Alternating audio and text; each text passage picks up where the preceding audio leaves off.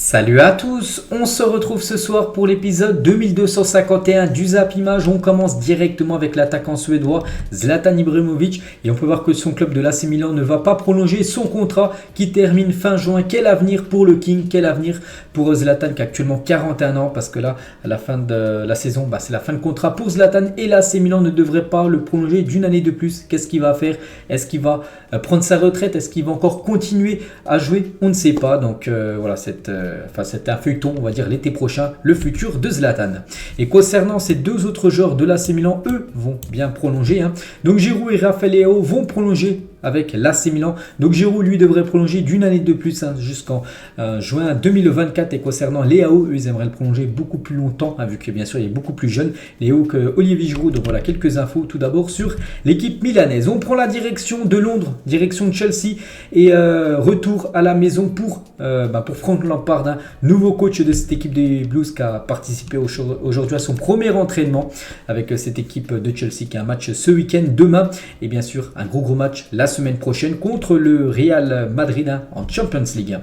On va parler de l'équipe de Lyon. Vous savez que Lyon actuellement, même depuis quelques saisons, c'est une équipe trop instable. Et les groupes de supporters de Lyon annoncent qu'ils feront grève ce week-end lors du choc face à Rennes et qu'ils resteront à la maison plutôt que d'assister à la représentation du jour de Lyon Circus. En gros, le cirque Lyon, tout simplement. Donc voilà le communiqué officiel de la part des Bad Guns, donc le groupe de supporters lyonnais, pour dire qu'ils ne viendront pas au stade. Donc le prochain match de Lyon, c'est après-demain, c'est dimanche à 13h, c'est en tout début d'après-midi. Lyon contre l'équipe de Rennes. En gros, la plupart des supporters lyonnais ne viendront pas, donc ils resteront chez eux je pense pas qu'ils regarderont le match par rapport, ils montrent leur mécontentement par rapport à l'élimination en Coupe de France contre l'équipe des Canaries. Et Corentin Tolisso en conférence de presse aujourd'hui à 2 jours du match contre le Stade Rennais, c'est compliqué, on ne va pas se le cacher, on avait beaucoup d'attentes mais on est éliminé, on est déçu, frustré, énervé. Maintenant on est professionnel et on doit gagner le match de dimanche contre l'équipe du Stade Rennais.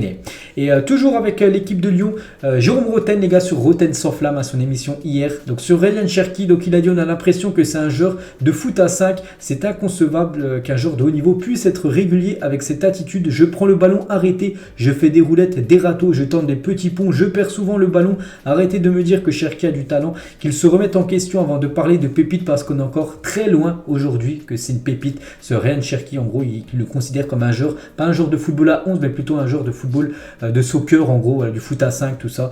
Donc voilà ce que peut dire Jérôme Roten, le gros pic comme envoyé sur Ryan Cherki.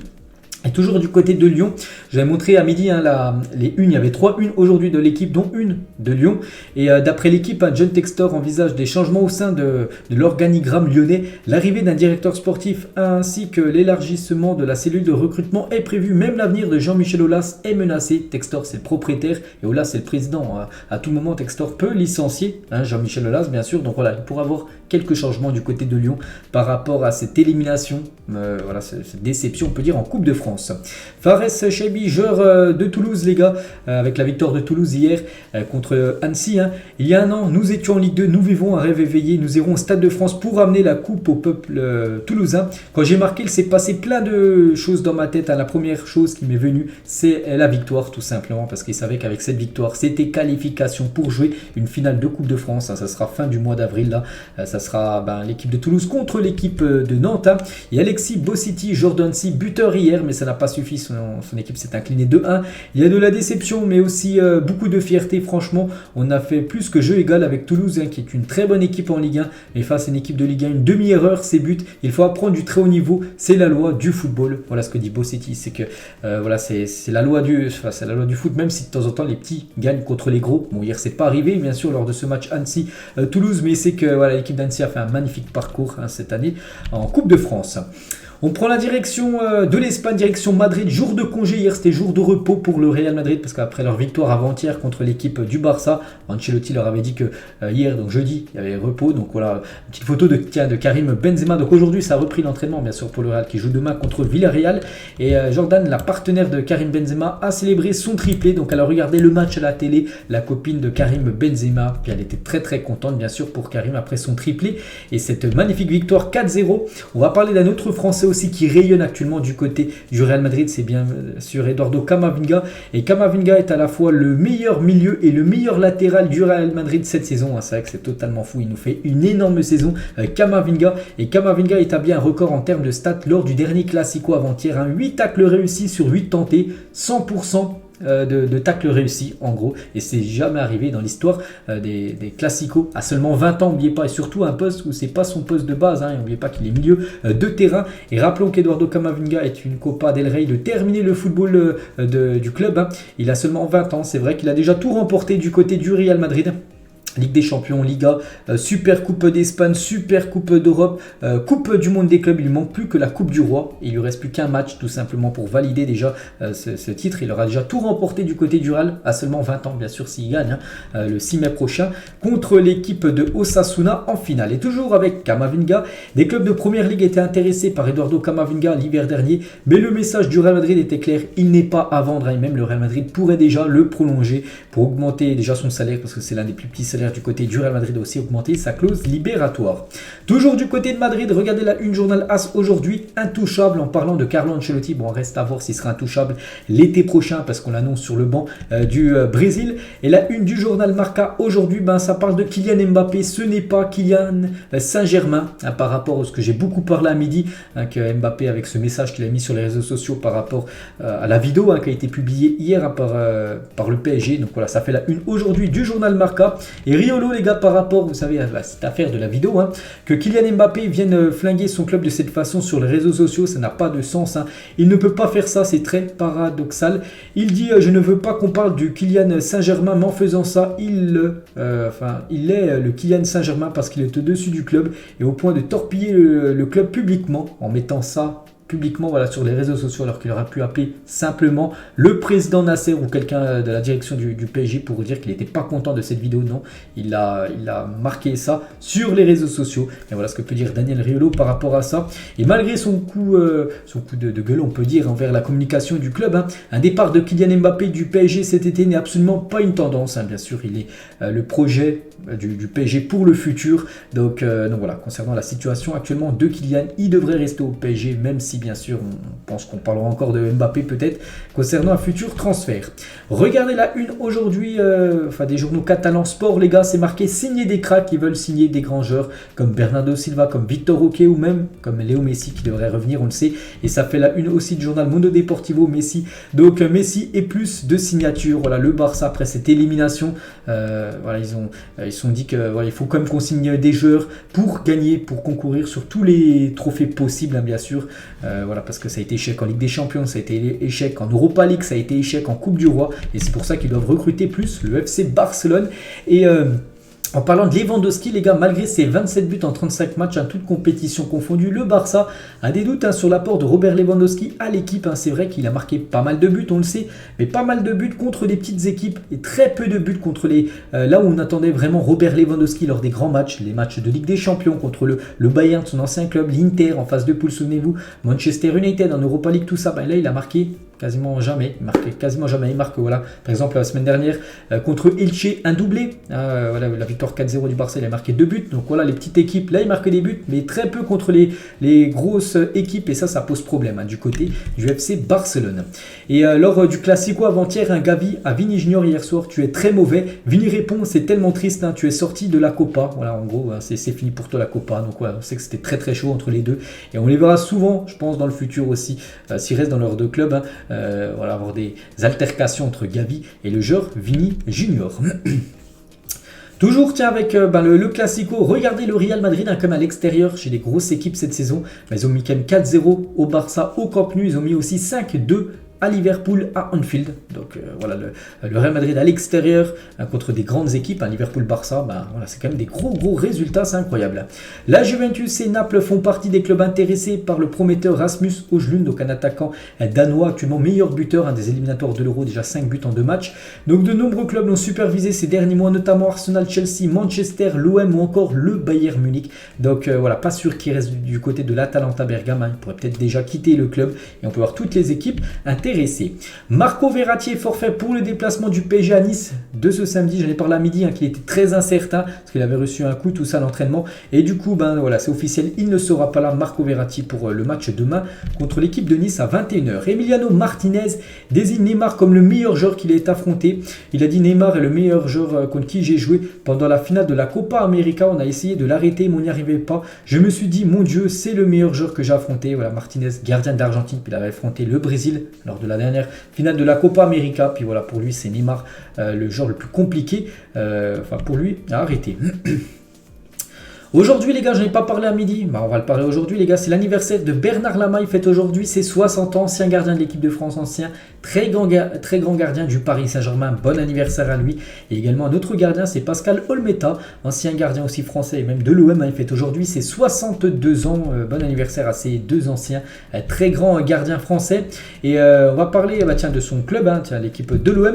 Et selon vous, lequel de ces 4 maillots est le plus emblématique de l'histoire de l'Olympique de Marseille? Est-ce que c'est celui-là, ce maillot blanc avec les 3 bandes Adidas de couleur bleue sur l'épaule droite des joueurs? Est-ce que c'est ce maillot-là, qui était sublime, ce maillot-là? Est-ce que c'est ce maillot-là avec le sponsor 9 Télécom, ou celui-là à l'époque? Donc lequel est, on va dire directement le plus beau? Donc moi je partirais quand même avec ce maillot-là, voilà, ce maillot doré qui est tout simplement sublime.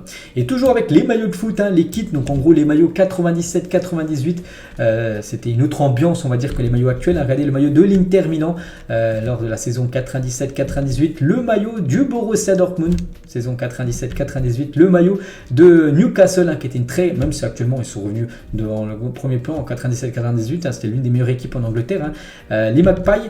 Et aussi le maillot, bon ça devait être extérieur ou peut-être troisième maillot de Chelsea les gars, lors de cette saison 97-98. Et toujours avec les maillots de foot, donc est-ce que vous êtes plutôt les maillots classiques ou les maillots modernes actuellement? Donc avant, par exemple en haut avec David Beckham, l'ancien maillot de Manchester, maintenant le nouveau maillot par exemple de Manchester United, ça a un peu changé, donc voilà, chacun son point de vue bien sûr par rapport au maillot, mais c'est vrai qu'avant les maillots étaient très grand, que maintenant il colle beaucoup plus au corps pour n'importe quelle équipe. Et tiens, en parlant de, vu que là il y a Rashford, il y a une petite photo de Rashford aussi par rapport à ce que j'ai parlé à midi les gars, que l'Angleterre féminin a gagné la finalissima contre le Brésil, et on peut voir qu'elles ont fait la même célébration après avoir obtenu ce titre, la célébration de Marcus Rashford. L'année 2013 de Franck Ribéry, énorme année pour Franck Ribéry qui avait tout gagné, Ligue des Champions, Bundesliga, Super Coupe d'Allemagne, Super Coupe d'Europe, tout ce qui était jouable, il avait tout remporté. On avait terminé seulement 3e en Ballon d'Or, alors qu'il aurait dû remporter ce Ballon d'Or 2013, tout le monde le sait. Aujourd'hui, c'est son anniversaire. Il fête ses 40 ans. Une petite info sur Ribéry. J'ai grandi dans un quartier au milieu de 30 blocs où j'ai appris à partager une canette de coca ou un paquet de chips à 6. Je n'oublie pas, c'est en moi. Mais avec ma cicatrice, j'en ai bavé. Quand j'étais petit, c'était inimaginable. Tout ce que j'ai pris dans la gueule avec ça. Fallait être présent pour ne pas trop se faire chambrer. Ça m'a donné du répondant, cette cicatrice. Elle m'a forgé. Elle m'a donné du caractère et de la force. Sans elle, je serais un mec normal. Je suis fier de ça. D'avoir passé tout ça, c'était pas facile. Oui, je suis fier, je suis heureux de ce que je suis à l'arrivée, j'aime bien ma gueule et j'aime bien ma vie. C'est voilà, une déclaration qu'il avait fait il y a quelques années par rapport à cette cicatrice qu'il a eue quand il était jeune. Donc ça l'a vraiment rendu plus fort. Donc voilà, toujours un bon anniversaire à Ribéry, 40 ans aujourd'hui. L'Argentine en tête du classement mondial masculin. Je vous ai montré hier le classement FIFA, un petit rappel pour ceux peut-être qui n'ont pas vu. Donc l'Argentine première, la France deuxième et le Brésil qui perd 2 places officielles. Ce classement, le Brésil en 3e position. Et regardez le top 40 les gars, s'il y a une nation qui vous intéresse. Voilà le top 40 des meilleures nations au monde. Je sais pas, tiens, l'Allemagne 14e, la Corée 27e ou même l'Autriche tient la 32e position de ce classement FIFA. Et concernant le continent africain, regardez les meilleures équipes africaines. Donc c'est le Maroc, la meilleure équipe africaine. Classé 11e, le Sénégal 18e, Tunisie 28e, Algérie 34e, Nigeria 40e, le Burkina Faso 50e ou le Mali à la 53e position. On peut voir à chaque fois des flèches vertes ou rouges s'ils ont monté ou descendu, enfin perdu des places par rapport à l'ancien classement FIFA. Et toujours tiens sur le continent africain, les quarts de finale de la Coupe d'Afrique des Nations 2004, il y avait eu un Tunisie-Sénégal, Cameroun-Nigeria, Mali-Guinée et un Algérie-Maroc lors de cette édition 2004. N'oubliez pas que l'année prochaine, il y aura la Coupe d'Afrique des Nations 2024 ce sera début janvier là. Les dates ont déjà été fixées janvier-février et ça sera en Côte d'Ivoire cette future CAN. Accord entre Barcelone et EA Sport pour les droits du Camp Nou et du FC Barcelone. Vous savez que FIFA, j'en ai parlé à midi, ça sera fini, ça va être maintenant le eSport FC, le prochain jeu de FIFA. Et du coup, il y aura bien le Camp Nou qui sera, voilà, le stade, il sera bien réel dans ce prochain eSport FC. Il y a des rumeurs selon lesquelles Clara Chia, donc la petite copine de Gérard Piqué, l'a trompé avec Guardiola. Voilà, une info complètement folle. Donc Piqué, avant, il était avec Shakira, donc il aurait trompé Shakira avec cette fille-là, et cette fille-là aurait trompé Piqué avec Guardiola, l'ancien joueur ou même ancien entraîneur du FC Barcelone. Il y a un an, jour pour jour, Dimitri Payet marquait ce but de zinzin.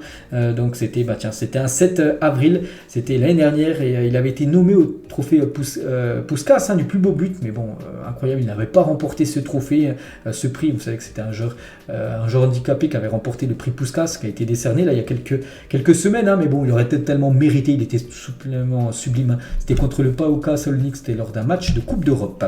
Vu en manifestation contre la réforme des retraites cette semaine, ma retraite avant la Ligue des Champions du PSG. Voilà ce qui a pu être vu lors de la dernière manifestation, on va dire, contre les retraites. Du côté de Eindhoven, les gars, c'était lors d'un sort de match. Regardez le ciel magnifique. Enfin, c'est pas si magnifique. Enfin, si, la photo est magnifique, mais peut-être un peu dangereux, bien sûr, vu que c'était des éclairs. Donc, magnifique photo. Où est ce stade, les gars? Je sais pas, bon, je pense que la plupart savent. Donc, avec ce stade, on a l'impression qu'il coupe en deux, les gars. C'est du côté de l'Argentine, c'est du côté de Boca Juniors, la Bombonera, magnifique stade de football. Vous le reconnaissez? Est-ce que vous reconnaissez ce joueur? Je vais vous donner la réponse là tout de suite. Donc, on peut voir à l'époque, peut-être qu'il jouait du côté du Sporting. Donc, c'est un joueur déjà anglais, c'est pas un joueur portugais.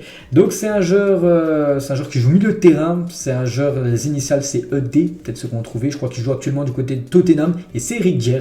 Bravo à tous ceux qu'on trouve. Et on finit, les gars, cet épisode aujourd'hui avec Olivier Tom, Foot de rue, Inzuma Eleven et Galactic Football. Lequel a le plus marqué votre enfance parmi ces 4 dessins animés, 4 mangas, on va dire, sur le football? Donc moi, celui qui m'a le plus marqué, je pense qu'il y en a 2, Olivier Tom et Foot de rue. S'il faut en choisir un, allez, Olivier Tom, les gars, c'était bien sûr exceptionnel à l'époque. Donc voilà ce que j'avais à dire, les gars, aujourd'hui. J'espère que ça vous a plu. On se retrouve normalement, ça sera lundi. Je pense pas que demain ni dimanche, les gars, il y aura de vidéos sur cette chaîne. On se retrouvera début de semaine prochaine pour le prochain After Zap Image. Bonne fin de semaine à vous et à plus tard.